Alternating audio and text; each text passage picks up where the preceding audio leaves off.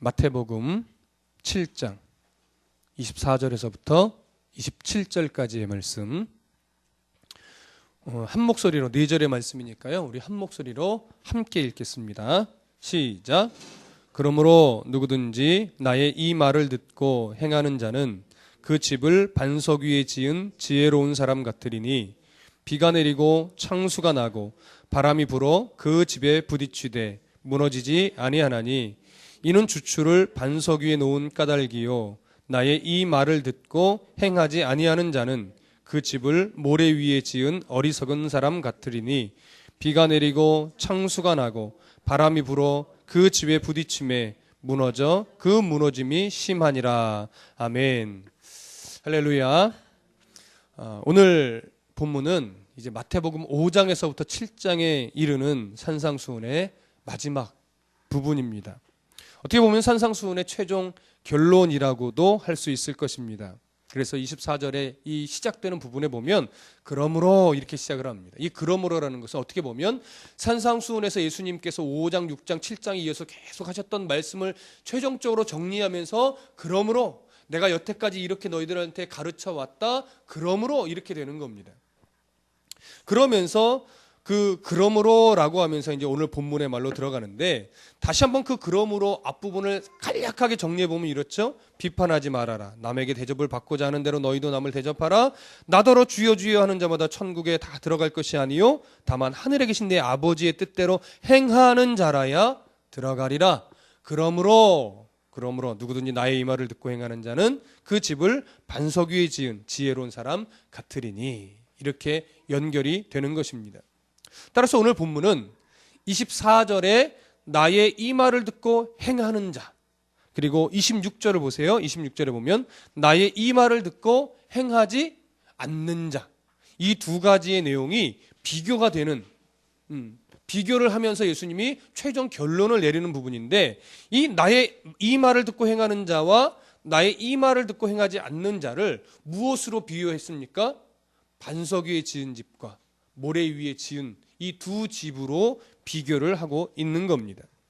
24절부터 25절의 내용은 반석 위에 지은 집에 대한 부분이죠. 26절과 27절은 모래 위에 지은 집으로서 이 말씀을 듣고 행하지 않는 자에 대한 모습입니다. 그러면 이 두 부분을 우리가 분석해 볼 필요가 있습니다. 그동안의 선입견을 좀 내려놓고 말씀 안에 있는, 성경 안에 있는 내용 그대로를 한번 비교해 보도록 하겠습니다. 우선 행하는 자와 행하지 않는 자, 나의 이 말을 듣고 행하는 자와 나의 이 말을 듣고 행하지 않는 자에 대한 그런 비교인데, 첫 번째, 둘 다 어떠한 형태를 띠는 것으로 비교합니까? 집이라는 형태를 가지고 비교를 하고 있지요. 그러면 집이라는 형태인데 건축 장소는 어디입니까? 첫 번째, 이 말을 듣고 행하는 자는 바로 반석 위에다가 집을 짓죠. 장소가. 행하지 않는 자는 모래 위에 집을 짓습니다. 자, 그러면 장소는 그렇습니다. 반석과 모래. 자, 건축 재료는요. 오늘 재료는 무엇으로 지금 하고 있다라고 얘기하고 있죠? 안 보이십니까? 네, 안 보이시는 게 정상입니다. 재료에 대한 언급은 없습니다. 무슨 재료로 지었느냐에 대한 언급은 전혀 없습니다. 자, 그러면 집을 지을 때 얼마나 열심히 지었느냐, 어떤 성실, 이런 면에 대해서는 어떻게 비교를 하고 있습니까? 내용이 없지요. 그 부분에 대한 언급도 지금 전혀 비교를 하고 있지 않은 것을 우리는 알 수 있습니다. 그러면 그 집을, 양쪽의 집을 다 짓고 나서 불어오는 자연 환경은, 이게 조건은 어떻습니까? 비가 내리고 창수가 일어나요. 양쪽의 집 다 그 자연 환경적인 조건은 똑같습니다. 비가 내리고 창수가 일어났습니다. 바람이 불었습니다. 그런데 그렇게 자연의 어떠한 환경이, 비가 내리고 창수가 나고 바람이 부는 동일한 자연 환경이 들어 닥칠 때 결과는 어땠습니까? 반석 위에 지은 집은 무너지지 않았습니다. 근데 모래 위에 지은 집은 어떻게 해요? 무너졌습니다. 그럼 이 모습, 이 결과를 놓고 예수님은 무엇이라고 반응했습니까? 반석 위에 집을 지은 자에게는 지혜로운 자라는 칭찬을 예수님이 하셨습니다.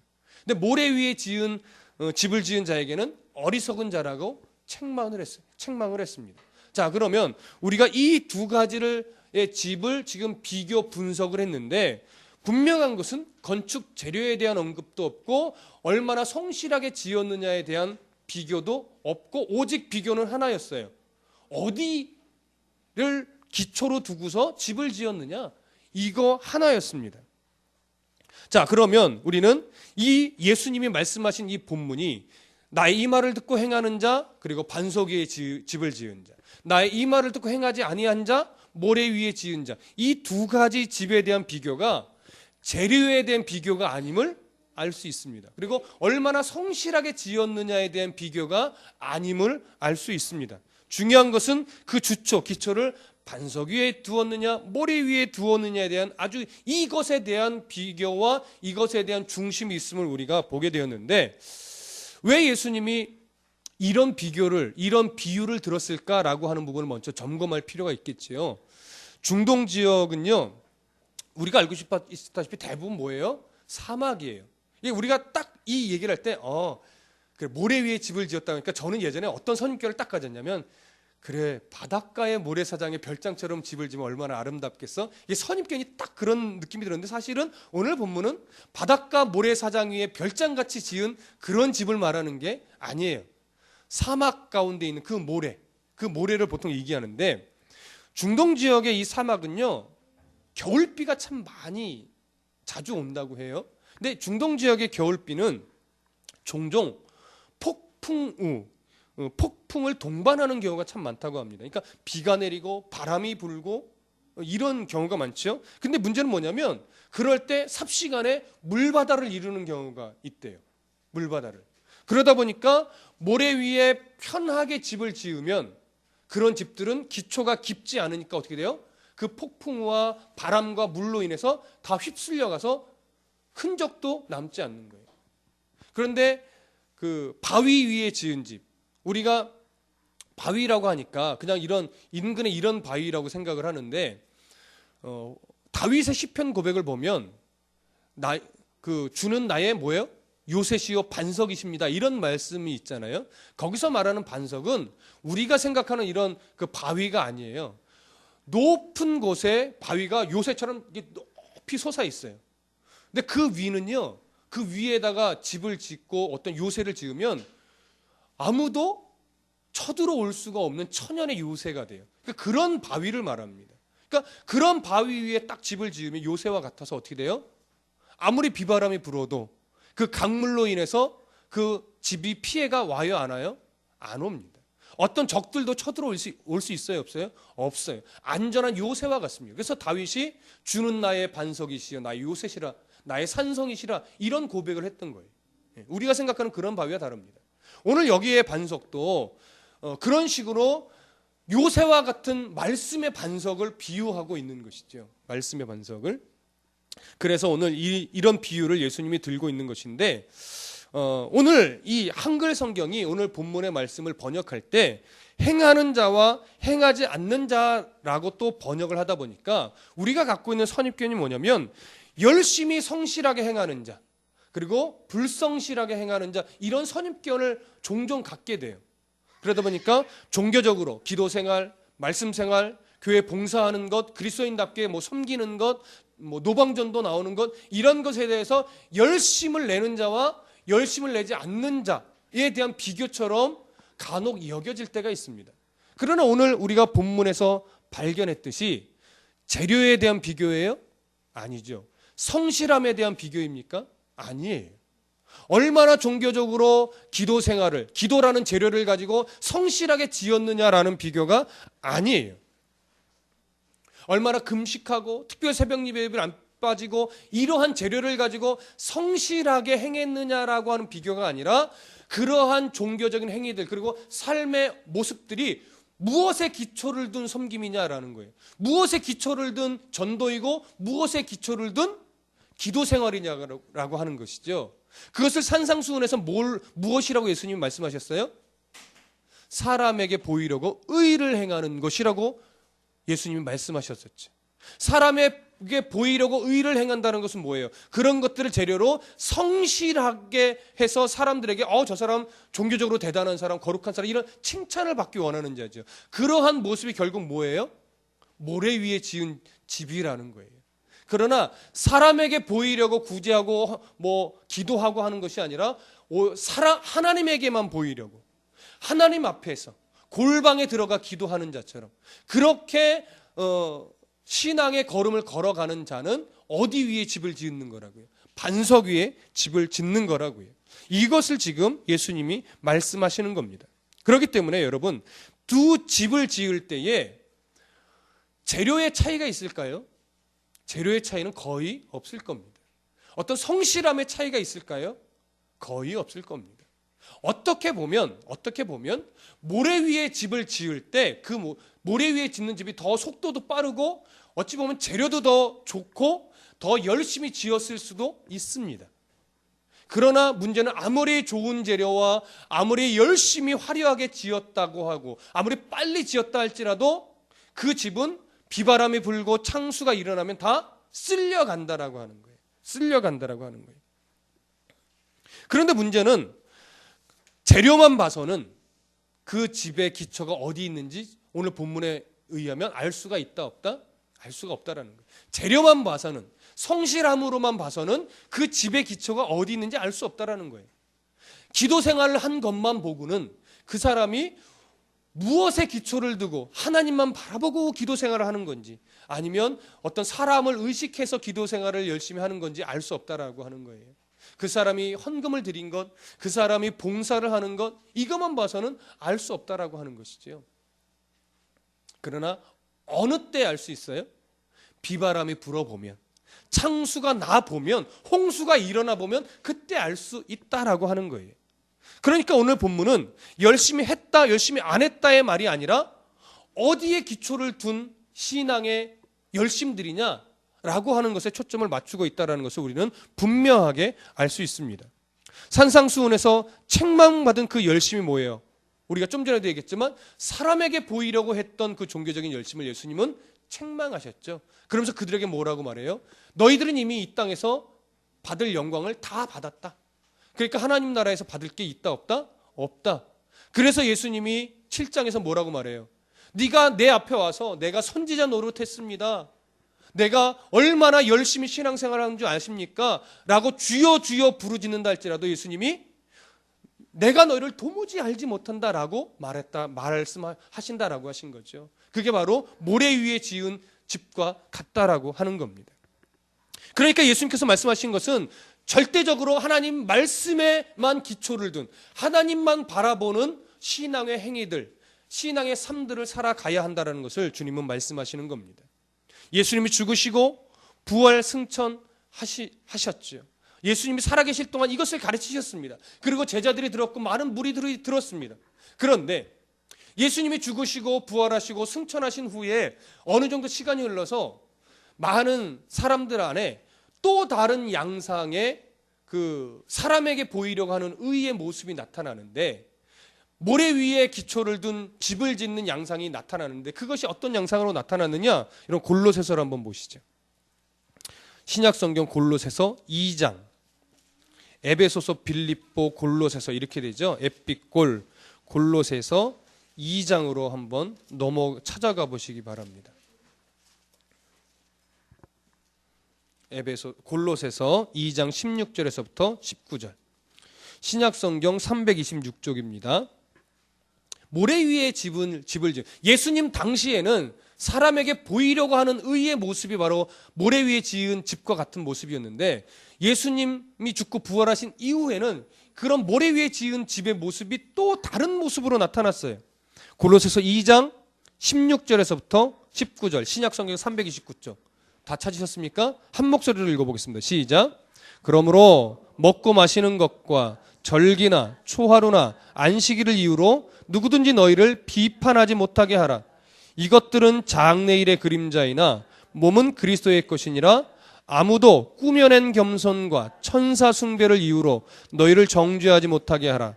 그가 그 본 것에 의지하여 육신의 생각을 따라 헛되이 과장하고 머리를 붙들지 않으야 하는지라. 온 몸이 머리로 말미암아 마디와 힘줄로 공급함을 받고 연합하여 하나님이 자라게 하심으로 자라느니라.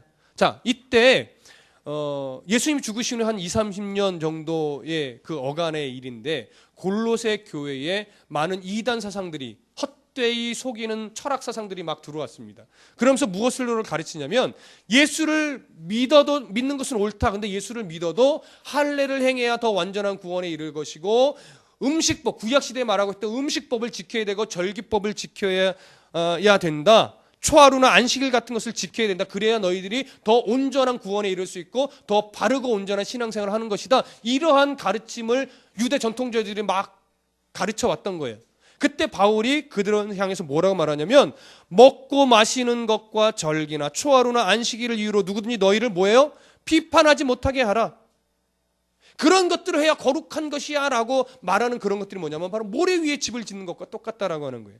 18절에 보면 아무도 꾸며낸 겸손과 천사 숭배 이유로 너희를 정죄하지 못하게 하라고 말합니다. 여기서 말한 꾸며낸 겸손과 천사 숭배라는 것은 뭐냐면 당시에 이런 풍조가 있었어요. 어떤 이제 학자들은 이게 천사로 숭배하는 것이다라고 말하는 견해도 있지만 제가 지지하는 견해는 그것이 아니고 기도의 세계로 깊이 들어가서 기도의 수준이 깊어지면 기도하는 가운데 무엇을 보게 되냐면 천사들이 하나님을 경배하는 그 광경을 본다 이거예요. 깊이 있게 기도 세계로 들어가면. 그래서 그 천사가 하나님을 숭배하는 광경을 볼 수 있는 수준까지 들어가야 그 사람이 정말 신앙이 깊은 거다라고 하는 거예요. 마치 예전에 무엇과 같으냐면 방언 못하면 신앙의 수준이 낮은 것처럼 여기던 때가 있었어요. 은사 없으면 신앙의 어떤 초보자처럼 여기던 때가 있었어요. 그게 아니에요. 이때도 마찬가지로 기도를 열심히 하긴 하는데 천사가 하나님을 숭배하는 광경을 보는 그 단계까지 들어가지 못하면 신앙이 낮은 자로 치부했던 거에서 아이고 너 그렇게 기도하더니 아직까지도 천사가 숭배하는 광경도 못 봤어? 그건 신앙이 낮은 거야. 기도 생활 아직 깊이 못한 거야. 이렇게 막 정죄하고 막 수준을 깔아 뭉개는 거예요. 그게 아니라는 거죠. 그게 아니. 그래서 바울은 뭐라고 말하냐면 그래서 일부러 과장하는 거예요. 기도를 아무리 해도 천사가 숭배하는 광경이 보여요, 안 보여요? 안 보이죠. 하나님이 보여주시는 게 아닌데. 그러니까 기도를 한 3시간, 4시간 막 10시간 하고 난 후에 과장해서 나도 봤어. 오늘 기도하는데 천사가 숭배하는 광경을 나도 봤어 하면서 스스로 보지도 않아 놓고서 봤다라고 막 과장하는 거예요. 왜? 존경받고 싶으니까. 그래서 바울이 말합니다. 아무도 꾸며낸 겸손과 천사 숭배를 이유로 너희를 뭐하지 못하게 하라? 정죄하지 못하게 하라. 그게 신앙의 본질이 아니다라고 하는 거죠. 그런 재료가 중요하지 않다라고 하는 거예요. 얼마나 10시간을 기도해서 천사가 하나님 숭배하는 장면을 봤느냐 안 봤느냐가 중요하지 않다 이거예요. 너희의 기도가 무엇을 기초로 하고 있느냐라고 하는 거죠. 정말 하나님의 말씀에 기초를 둔 기도냐? 너희의 예물 드림이 하나님의 말씀에 기초를 둔 기도냐? 아니, 예물이냐? 그거를 예수님 보겠다라고 하는 거예요. 먹고 마시는 것 중요하지 않다라는 거예요. 그것은 다 뭐라는 거예요? 장래일의 그림자다 이거예요. 음식법, 절기법 다 이것은 누구를 보게끔 만들고자 하는 거냐? 예수님을 바라보게 만드는 법이었다 이거예요. 그게 다 율법이잖아요. 율법은 결국 뭡니까? 너희들은 죄인일 수밖에 없다 이거예요. 너희들은 율법을 다 못 지킨다 이거예요. 그러니까 율법으로 너희들이 완전해지고자 하는 욕심이 있겠지만 율법으로는 완전할 수 없고 율법을 지키려고 덤벼들면 너희들은 힘들 수밖에 없다 이거예요. 왜요? 그래서 어떻게 지킵니까 다. 그렇죠? 그러니까 율법이 몽학선생이라고 하는 이유는 율법의 완성자이신 예수님을 통해서 우리가 완전한 구원을 이룰 수 있다 이거예요. 그러니까 율법을 통해서 누구만 바라보라? 오실 예수님만 바라보라 이거예요. 그 역할을 하는 것이 율법이에요. 그러니까 실체이신 예수님 와서 율법을 완성시키셨는데 아직까지도 음식법에 매일 이유가 있어요, 없어요? 없어요. 절기법에 매일 이유가 있어요, 없어요? 없습니다. 곧 고난주간이 옵니다. 종료주일이 오고 고난주일이 오고 부활주일이 옵니다. 자, 그러면 고난주일에 특별 새벽 예배 안 하면 잘못된 교회일까요? 아니에요. 고난주간에 대부분의 교회가 특별 새벽을 합니다. 새벽 예배를 합니다. 우리 교회도 뭐 타이틀은 걸지 않을 거지만 여러분들 나름대로 고난주간 4월 첫 주가 고난주간인데 고난주간에 그 예수 그리스도의 고난을 더 가슴에 새기고 기억하기 위해서 힘을 내서 새벽 예배 나오십시오. 하루라도. 제가 권면합니다. 왜? 신앙에 유익이 되니까. 그러나 그것을 행사화할 필요는 없습니다. 그리고 행사화 안 하면 잘못된 교회도 아닙니다. 무슨 말인지 의도와 중심을 아시겠습니까? 중요한 건 그 새벽을 통해서 내가 하나님 앞에 내 자신을 발견하고 얼마나 연약한 존재를 발견해서 하나님과 만나는 시간으로 내가 떼어두는 것, 이 마음이 귀한 것뿐이지, 새벽 예배에 못 일어나는 사람은 고난주간에 언제 기도하면 돼요? 잠자기 전에 기도하면 돼요. 아니면 내가 저녁이나 새벽에 어려우면 아무도 방해받지 않은 낮 시간에 점심때 하나님 앞에 시간을 구별해 떼놓고 고난주간을 마음에 새기면서 기도하면 그게 더 귀한 기도예요. 고난주간 내가 새벽 예배를 드려야지라고 하면서 새벽에 와서 졸고 있는 것보다 그게 더 옳은 거예요, 여러분. 무슨 말씀인지 이해되시죠? 근데 우리는 그런 자꾸 사람이 만들어낸 행사와 법에 매인단 말이에요. 그러니까 고난주간 특별 새벽 예배도에 개근하고 싶은데 개근을 못하면 마음에 막 짐이 돼요. 내가 왜 이번에 빠졌을까? 빠지면 좀 어때요? 한 번 빠지면 하나님 죄송해야 하고 그날 더 시간을 특별히 구분해서 하나님께 기도하면 되지요. 이해되십니까? 그런 것들을 이유로 너희를 뭐하지 못하게 하라. 정죄하지 못하게 하라. 매이지 마라 이거예요. 하나님의 말씀에 기초를 두고 기도하면 된다 이거죠. 오늘 예수님이 강조점이 바로 이거에 있습니다. 이미 머리 대신 예수님이 오셨고, 신앙은 무엇으로 자라느냐? 이런 것들로 자라는 것이 아니라 머리 대신 예수님에게 우리가 모여 있으면, 붙어 있으면 된다 이거예요. 붙어 있으면 뭔가 정기적으로 뭘 해서 신앙이 자라는 게 아니라 이거예요. 머리 대신 예수님에게 붙어만 있으라 이거죠. 잊지만 마라 이거예요. 네가 누구의 자녀인지만 잊지 말고 그것을 기억하여 예배하고, 그것을 기억하여 삶 가운데 찬송하고, 설거지 하다가 주여 오늘도 내가 잠시 일어나서 애들 챙기느라 바빠서 예수님 잃어버렸는데 설거지하면서 정신 차려서 또 예수님의 은혜를 오늘 하루 기억하고 살아갑니다. 도와주세요 주여 할렐루야 하면서 뭐예요? 설거지 하는 거예요. 그러면 그 가운데 하나님의 은혜가 임하는 거죠. 그게 더 귀한 거예요, 여러분. 그게 더. 그렇게 머리 대신 예수님에게 붙어만 있어요. 그러면 머리로 말미암아 뭐 한다고요? 19절 다 같이 한번 읽어요. 골로새서 2장 19절 시작. 머리를 붙들지 하는지라 온몸이 머리로 말미암아 마디와 힘줄로 공급함을 받고 연합하여 하나님이 자라게 하시느니라. 네가 기도 열심히 해서 자라는 게 아니라 하나님이 뭐하게 하시느니라? 자라게 하시느니라. 어디에 붙어 있으면? 예수님이 머리 대신 예수님에게만 붙어 있으면. 여러분, 이 신앙의 아주 중요한 원리를 절대 잊지 마시기 바랍니다. 그런 이유로 자연스럽게 뭐가 나와야 돼요? 그냥 기도 생활이 나와야 되는 거예요. 머리 대신 예수님께 붙어 있으니까 자연스럽게 감사함으로 뭐가 나와요? 예배 생활이 나오는 거예요. 이 우선순위가 바뀌시면 안 돼요. 근데 요즘 많은 사람들이 이 우선순위가 바뀌는 것이 가장 문제입니다. 여러분, 이렇게 머리 대신 예수님에게 바르게 붙어 있으려고 애쓰다 보면 삶이 세상 사람들이 보기에 뭐 할 수 있어요? 초라해 보일 수 있습니다. 그것이 협착한 삶이 될 수 있어요. 세상 사람들이 인정 안 해줄 수 있어요. 너 왜 그렇게 사냐라는 조롱 섞인 얘기를 들을 수 있어요. 그러나 그 안에 생명이 있음을 우리가 알기 있기 때문에 그 길을 마다하지 않고 좁은 길이라 할지라도 협착한 길이라 할지라도 예수님과 함께 즐거이 그 길을 가겠노라고 고백하며 그 길을 실제로 걸어가는 그 사람, 그 길을 열심히 걷기 위해 애쓰는 그 사람이 무엇인지 아십니까? 예수의 말씀을 듣고 행하는 자예요. 그렇게 예수의 말씀을 듣고 행하는 자가 바로 말씀 위에, 반석 위에 집을 지은 자인 것입니다.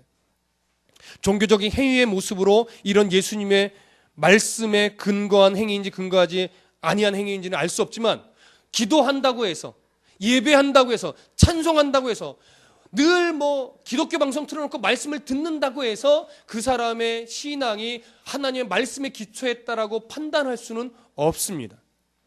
그러나 언제 알 수 있어요? 비바람이 쳐보면 알 수 있어요. 이런 거예요. 그런 예를 한번 들었었죠. 권사의 천거가 되고 장로의 천거가 됐는데 떨어져 보면 그 사람의 신앙이 어떤지 뭐 할 수 있어요? 알 수 있어요. 이해되시죠?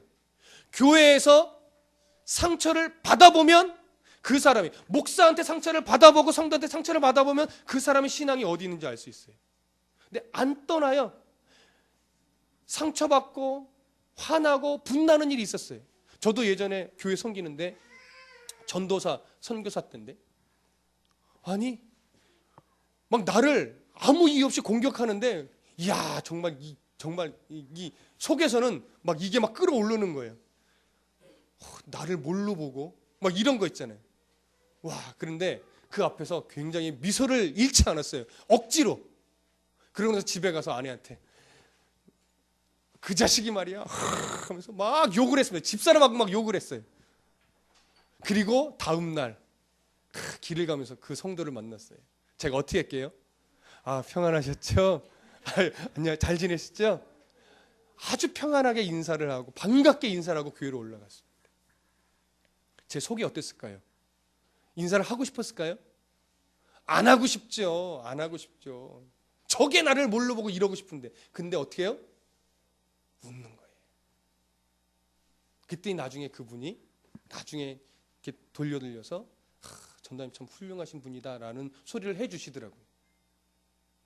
그게 뭐예요? 환란이 불어보면, 그래서 하나님을 떠나느냐 안 떠나느냐를 보면 그 신앙이 어디 있는지 알 수 있는 거예요.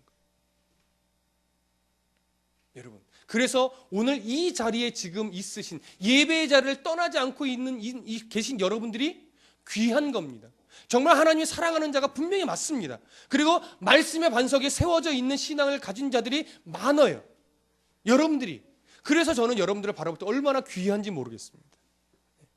오늘 예배를 하면서 아이들의 트름 소리가 참 아름답게 들리고, 우리 동섭이가 예배 가운데 막 이러지 않고 사모님한테 가서 책 봐도 돼요? 그러면서 가서 책 갖고 오면서 예배에 앉아서 조용히 책 보는 저 모습이 얼마나 이쁘고 귀한지 몰라요. 이게 뭐예요? 다 부모의 그 신앙이 물려져 내려가는 거예요. 아닌 것 같지만 물려져 내려가는 겁니다. 예배의 자리에 앉아서 귀하게 귀로는 말씀을 듣고 눈으로는 만화책을 보는 저 믿음이 얼마나 귀합니까? 여러분, 이상해 보이십니까? 아니요, 저는 안 이상해 봐요. 근데 저 믿음이 언젠가 자라면서 어떻게 돼요? 성경책으로 바뀌고 기도의 자세로 바뀌어가는 거예요. 그게 부모의 믿음의 유산이란 게 안 보이는 것 같지만 내려간다니까요. 여러분들의 믿음의 유산이 나는 부모로서 자격이 없나 봐, 이렇게 여길 때도 있겠지만 아니에요. 내려가요. 함께 예배의 자리에 끌고 와서 예배 시간에 딴 짓을 한다 할지라도 함께 앉아서 기도하는 그 모습을 통해서 자녀들이요 배워가는 거예요. 우리 엄마가 기도하는 모습, 우리 아빠가 찬송하는 모습, 이런 것들을 배워가는 거예요. 그러면 그것이 흐트러지지 않아요. 그러니까 그 모습이 더 어디에 있는 모습으로 우리 자녀들에게 보여줘야 돼요? 말씀에 근거한 신앙이 되는 모습으로 보여줘야 되는 거예요. 그게 우리의 사명인 겁니다. 그러니까 여러분, 비바람이 불고 창수가 일어나는 일은 분명히 있습니다. 신앙생활의 여정 동안 아주 여러 번 있습니다. 그리고 혹여나 앞으로 저 때문에 뭐예요? 상처받을 일이 생길 수도 있습니다. 네, 사탄이 가만 안 두거든요. 저는 아무 의미 없이 그냥 편해서 툭 던진 농담인데, 그게 여러분들한테는 뭐로 올 수 있어요? 나의 자존심을 건드리는 빗으로 올 수 있어요. 근데 그때 무슨 말씀을 기억해야 돼요? 오늘 이 말씀을 기억해야 돼요. 내 신앙이 말씀에 근거한 신앙이지, 그래 내가 그것 때문에 넘어질 이유가 없다 이거예요. 그래서 흔들리지 않는 신앙으로 우리가 굳건하게 가면 그 신앙을 하나님이 무엇으로 잡아줘요?